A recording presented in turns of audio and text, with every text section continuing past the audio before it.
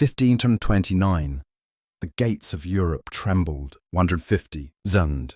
Ottoman soldiers marched toward Vienna, the heart of Christendom, outnumbered and outmatched. Just 20. Ottoman defenders stood between Europe and conquest. This is the story of the siege that changed history. Imagine a mere 6,000 Christian defenders standing their ground against a colossal force of over 40,000 Ottoman soldiers on a single, tiny island. Welcome to Past Frame, your source for astonishing truths, legendary tales that have gone untold, and historical events that time has nearly forgotten. If you're new to our channel, be sure to subscribe and join us as we delve deep into the narratives that have shaped the world we know today. Today, we're going to revisit the Siege of Malta in 1565, a pivotal moment where a small band of Christian defenders stood defiant against the full might and fury of an empire. This isn't just a story filled with knights and cannons.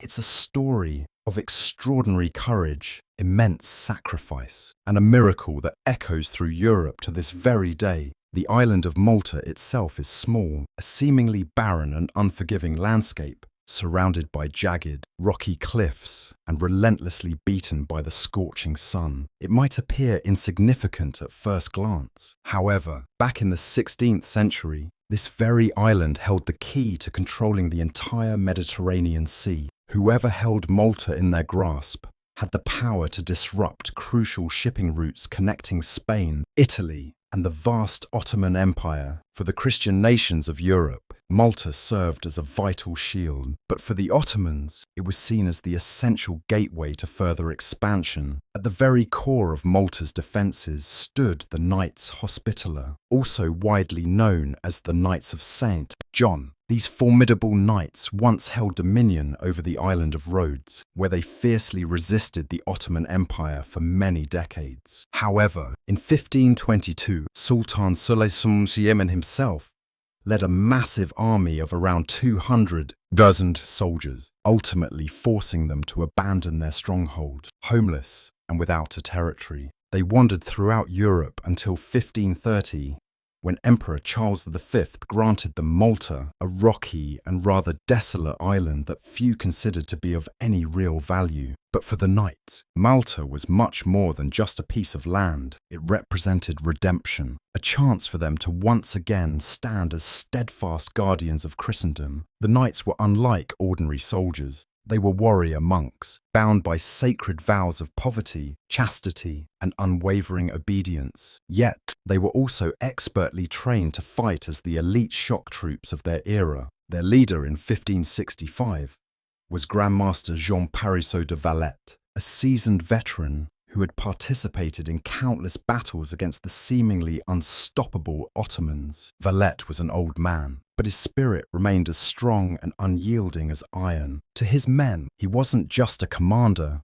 He was the very embodiment of defiance and resistance. Malta's population was quite small. The entire island was home to perhaps only 30,000 civilians. Its fortifications were minimal, consisting mainly of the harbour towns of Birgu and Sengleia, which were protected by the imposing Fort St. Angelo, Fort St. Elmo, and Fort St. Michael. Looming against them was the vast Ottoman Empire, which stretched from Hungary all the way to Arabia, and from Egypt to Baghdad. The balance of power was terrifyingly unequal, a David versus Goliath situation, and yet Valette knew what was coming. For years, he had received reports detailing the Ottomans' plans for invasion. He worked tirelessly to strengthen the existing forts, provide rigorous training for the garrison, and inspire the people of Malta to prepare for the coming storm. He knew with absolute certainty that when the Ottomans finally struck, there would be no chance of escape. Malta would either stand tall and defiant, or it would be completely erased from the face of the earth. In the spring of 1565, the rumours that had circulated for so long transformed into an undeniable certainty. From the heart of Constantinople, word spread of Suleiman's firm command. The Christians on Malta must be utterly destroyed. The knights sharpened their swords in anticipation, repaired their aging walls, and knelt in prayer in their chapels. Every man, woman, and Child knew the gravity of the situation. A reckoning was imminent, and they would face it together, united in their resolve. In the opulent heart of Constantinople, the capital of the expansive Ottoman Empire, Sultan Suleiman the Magnificent presided over his council. By 1565, his empire was already the largest and most powerful in the entire world. From the sprawling deserts of Arabia to the rugged mountains of Hungary, and from the fertile banks of the Nile in Egypt to the ancient gates of Persia, Ottoman banners flew proudly across 3 vast continents. Suleiman was more than just a king. He was considered the shadow of God on earth, the caliph of Islam, and the very terror of Christian Europe. Yet, despite the sheer size and power of his empire, one persistent enemy haunted him: the Knights of St. John. Even after they had been expelled from Rhodes many decades prior, the Knights continued to harass Ottoman shipping, relentlessly raiding Muslim coasts and capturing prisoners. From their new, rocky base on Malta, they disrupted trade between Constantinople and the Western Mediterranean, causing significant economic harm. To Suleiman, this was far more than just a minor nuisance. It was a personal insult that could not go unanswered. Malta sat directly across the lifeline of Ottoman power in the west, from Alexandria to Algiers, and from Tunis to Tripoli. Ottoman fleets continuously carried vast amounts of wealth, soldiers, and crucial supplies. Malta was like a dagger pointed directly at the heart of these vital routes. As long as the Knights remained there, the empire's sea lanes would never be truly safe or secure. So, the Sultan conceived a grand plan to erase Malta from the map entirely, just as he had done with Rhodes many years before. His advisors confidently assured him that the task would be swift and decisive. With their overwhelming numbers, the Knights would be crushed within a matter of weeks. Malta would fall, and from there, the Ottomans could easily strike at Sicily, Naples, and eventually even Spain itself. Europe would be completely surrounded, and Christendom itself would ultimately collapse. Within the lavish halls of Topkapi Palace, Suleiman issued his unwavering orders. The empire would raise one of the largest invasion forces that the Mediterranean had ever witnessed. Admiral Piale Pasha, a seasoned naval commander who had humbled both the Spanish and Venetians in the past, was placed in overall command of the massive fleet. Alongside him was Mustafa Pasha, a proud and utterly ruthless general, eager to bring even more glory to the Sultan's already illustrious name. And leading the land forces, with thousands of highly trained janissaries under his direct command, was Turgut Reis, the legendary corsair, feared by all who sailed the seas, and known to the Christians as Dragut. Together, they assembled an armada of truly terrifying scale. Contemporary reports speak of at least 193 ships, including galleys, galleasses, and numerous supply vessels carrying an estimated 40,000 men. Among them were approximately 6,000 janissaries, the Sultan's elite infantry, trained from childhood and disciplined beyond compare. There were also cavalry units, artillerymen, skilled sappers, and tens of thousands of seasoned sailors. Against this massive storm, Malta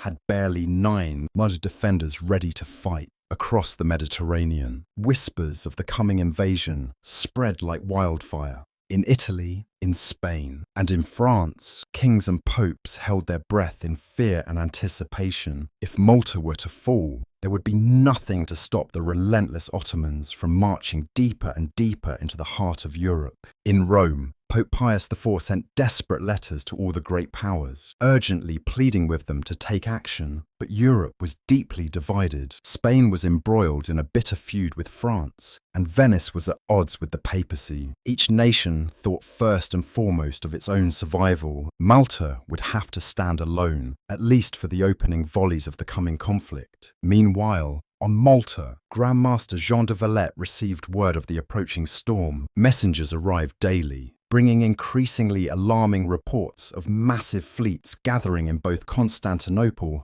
and Alexandria. The Grand Master summoned his knights together for a council meeting. He did not attempt to sugarcoat the dire situation. "We are outnumbered," he told them sternly. "We face the greatest army in the world, but let it be known throughout history that we fight not for Malta alone, but for all of Christendom. If we fall here, the enemy will not simply stop. They will press on to Sicily, to Italy, and eventually to Rome itself. But if we stand strong, if we hold our ground against all odds, then Christendom will have a fighting chance. His impassioned words ignited a fire within the hearts of his men. The knights swore a solemn oath to fight to the very last man. The Maltese villagers pledged to defend their homes and families with unwavering courage. The women diligently prepared stones and boiling oil to hurl down from the walls. Even young children stood ready to carry water and crucial supplies to the defenders during the inevitable siege. Across the vast sea, the Ottoman fleet began its inexorable march westward, sails billowing in the wind, drums beating relentlessly, and banners flying high above the decks. The Mediterranean had never witnessed such a display of raw military power. The Sultan's grand plan was now in motion. The Ottoman Empire firmly believed that Malta would fall within a matter of weeks, but history would soon prove them wrong in the most dramatic fashion. On the 18th day of May in the year 1565, the horizon off the coast of Malta began to darken ominously. At first, it simply appeared to be a strange and unusual storm rising from the east. Fishermen and villagers cautiously watched from the high cliffs, shading their eyes against the bright morning sun. But these were not storm clouds.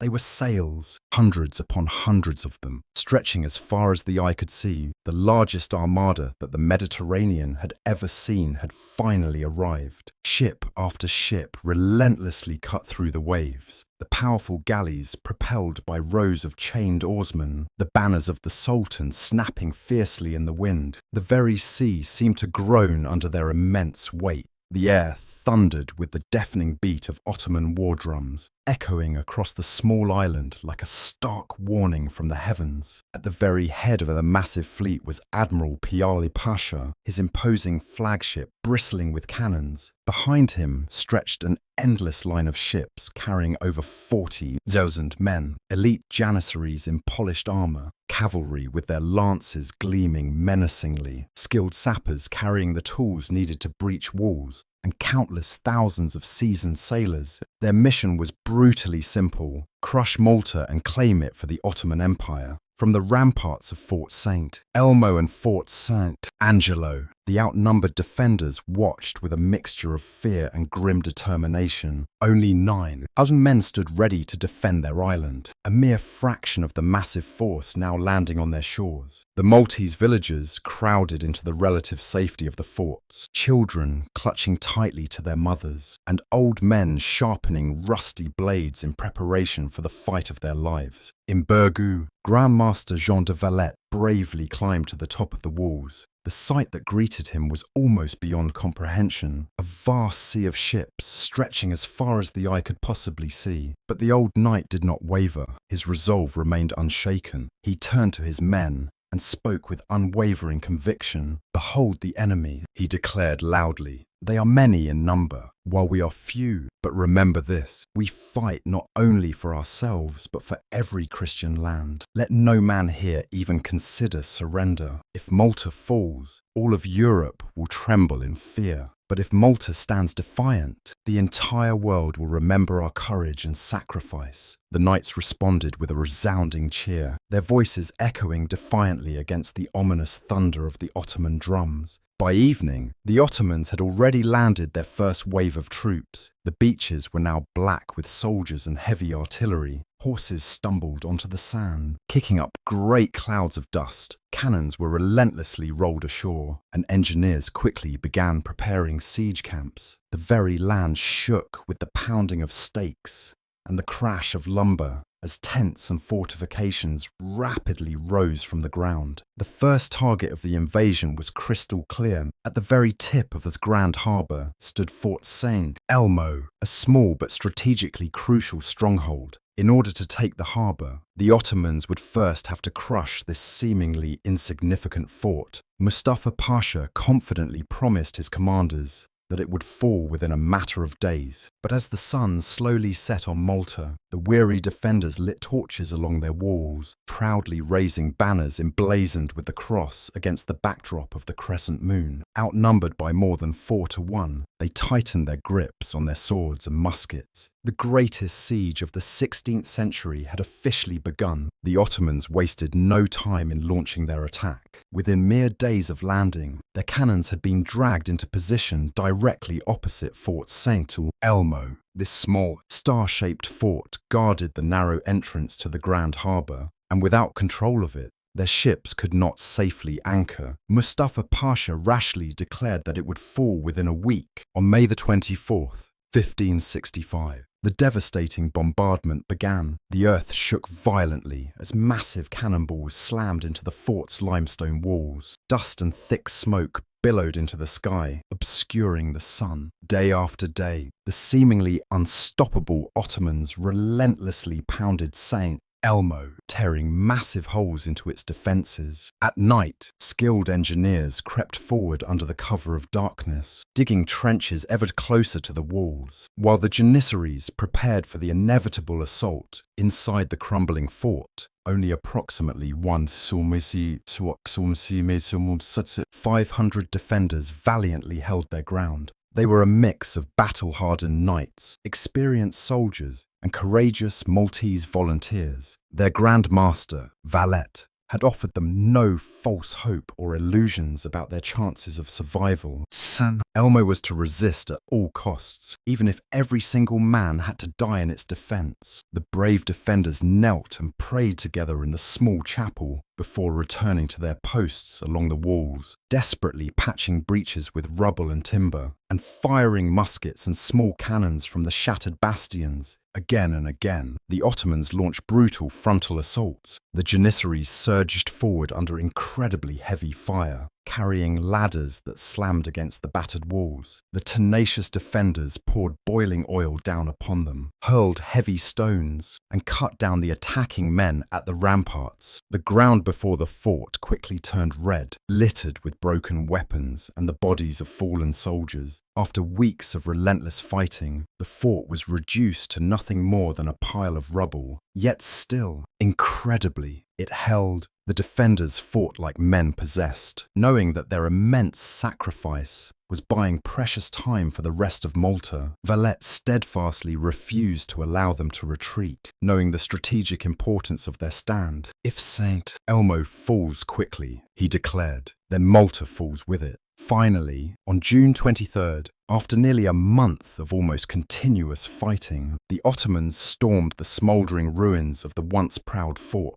The last of the defenders, too weak to even stand, crawled to their assigned posts, one by one. They were relentlessly cut down until a haunting silence finally fell over the devastated landscape. Not a single knight was spared, but the price of victory was staggering for the Ottomans. Over 6,000 of their soldiers had died in order to capture a single, small fort. And tragically for them, Turgut Reis, the great corsair, and one of their most capable commanders, was mortally wounded during the siege. Fort St. Elmo was ultimately gone, but its heroic sacrifice became a legend, a beacon of resistance that would forever inspire the defenders of Malta to fight on with unwavering determination. With Fort St. Elmo reduced to rubble, the enraged Ottomans turned their full fury toward the very heart of Malta. Their next immediate targets were Birgu and Sanglier, which were defended by the imposing Fort St.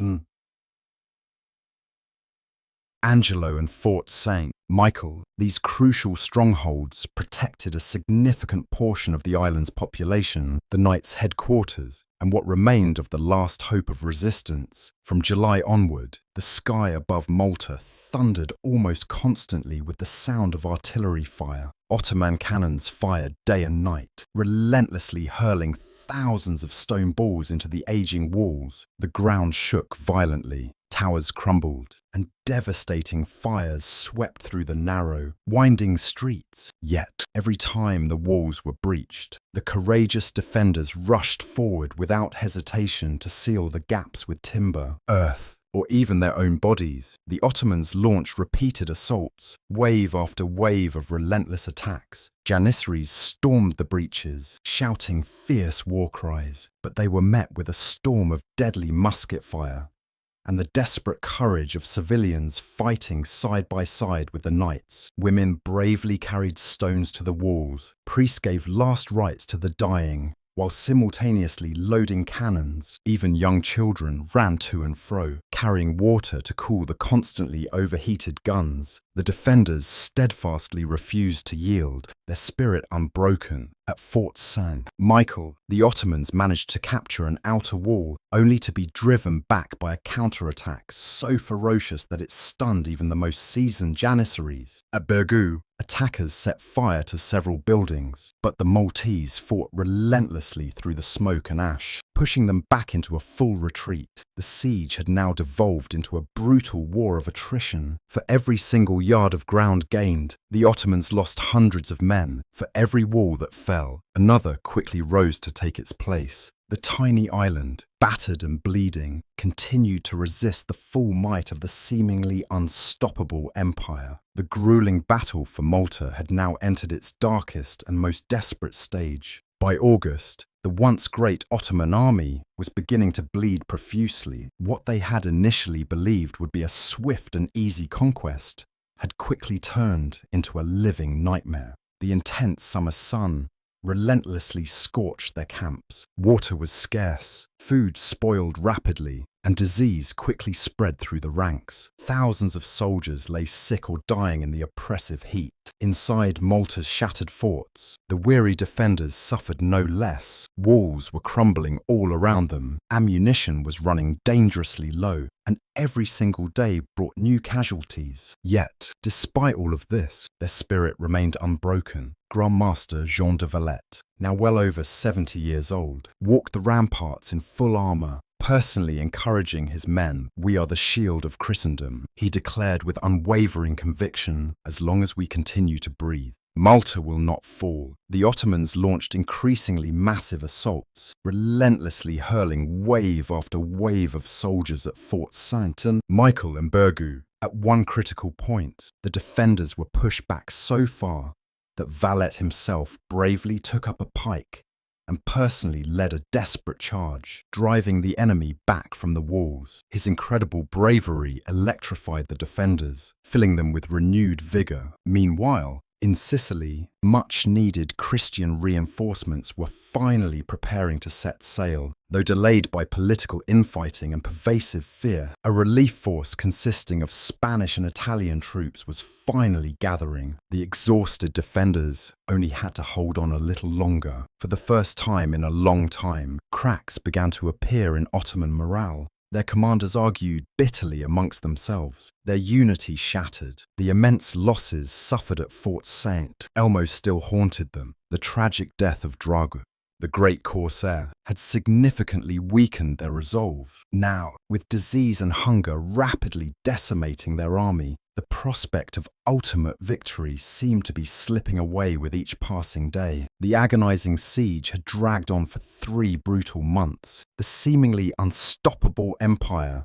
that was supposed to conquer Malta in a matter of weeks now stood exhausted, demoralized, and on the very brink of defeat. The tide of war was finally about to turn. In early September, when all hope seemed completely lost, sails suddenly appeared on the distant horizon. A relief force from Sicily, consisting of approximately 8 Spanish and Italian troops, had finally arrived. For the utterly exhausted defenders, it was a vision of salvation, a sign that their prayers had finally been answered. For the demoralized Ottomans, it was a death knell. Grandmaster Valette wasted no time in seizing the opportunity. He immediately ordered the surviving knights and their allies to rally for one last all-out effort. The weary defenders, who had fought relentlessly for months through smoke, blood, and fire, now surged forward with newfound strength and determination. Side by side with the newly arrived reinforcements, they launched a series of devastating counterattacks against the unsuspecting Ottoman camps. The sudden and unexpected strike completely stunned the invaders. Ottoman trenches, once a powerful symbol of their dominance, quickly became killing grounds. Weary janissaries, already weakened by disease and severe hunger, could not withstand the renewed fury of the determined Christian charge. Cannons that had relentlessly pounded Malta's walls were quickly captured and turned against their former masters. In the ensuing chaos, discipline within the Ottoman army completely collapsed. Commanders argued amongst themselves, soldiers deserted in droves, and overall morale crumbled completely. Facing mounting and unsustainable losses,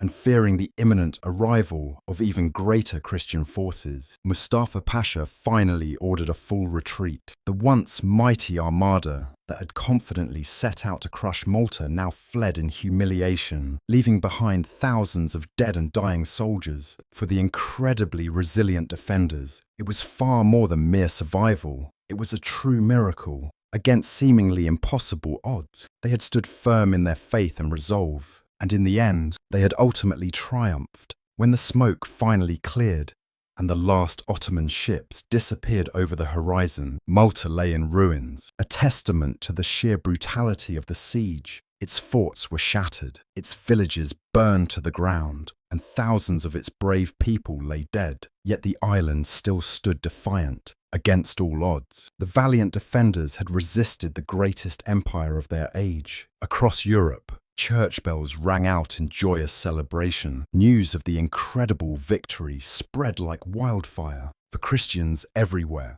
it was not just a triumph of arms, but a true miracle of faith. The Pope declared it undeniable proof that God had personally intervened to protect Christendom. Kings and princes who had initially doubted Malta's chances now praised the tiny island that had ultimately saved them from almost certain invasion. For the Ottomans, the devastating defeat was a crushing blow. They had lost tens of thousands of men, including their legendary commander, Dragut. The long-cherished dream of using Malta as a strategic springboard into Italy and Spain was shattered beyond repair. Never again would the Ottomans launch such a massive and ambitious invasion of the Western Mediterranean. For the Knights Hospitaller, the siege became their defining legend, a story that would be told and retold for generations to come. Grandmaster Jean de Valette was hailed as a hero throughout Europe, his name forever inextricably tied to Malta's improbable survival. In his lasting honour, a new and fortified city was built, Valletta, which still proudly bears his name to this very day. The Siege of Malta became an enduring symbol of how courage and unwavering unity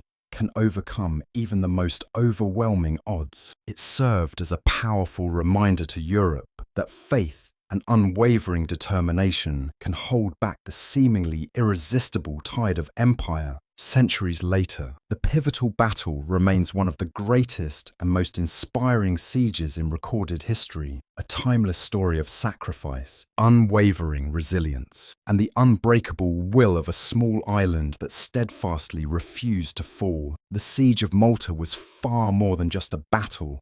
It was a clash of civilizations, a desperate struggle where unwavering faith, extraordinary courage, and immense sacrifice ultimately turned the tide of history. Fewer than 10,000 defenders faced an empire of over 40,000 soldiers. By every reasonable measure of logic, they should have been utterly crushed. And yet, they endured against all odds. The ruins of Fort Saint Elmo, the shattered walls of Burgos, and the broken stones of Fort Saint Michael all stand as enduring monuments to the incredible resilience of those brave men and women who steadfastly refused to surrender. Their unwavering courage saved not only Malta itself, but also the shores of Europe that lay beyond. In the end, the Siege of Malta dramatically showed the world that numbers alone do not ultimately decide the victor. Unwavering resolve, unbreakable unity, and the will to fight for something far greater than oneself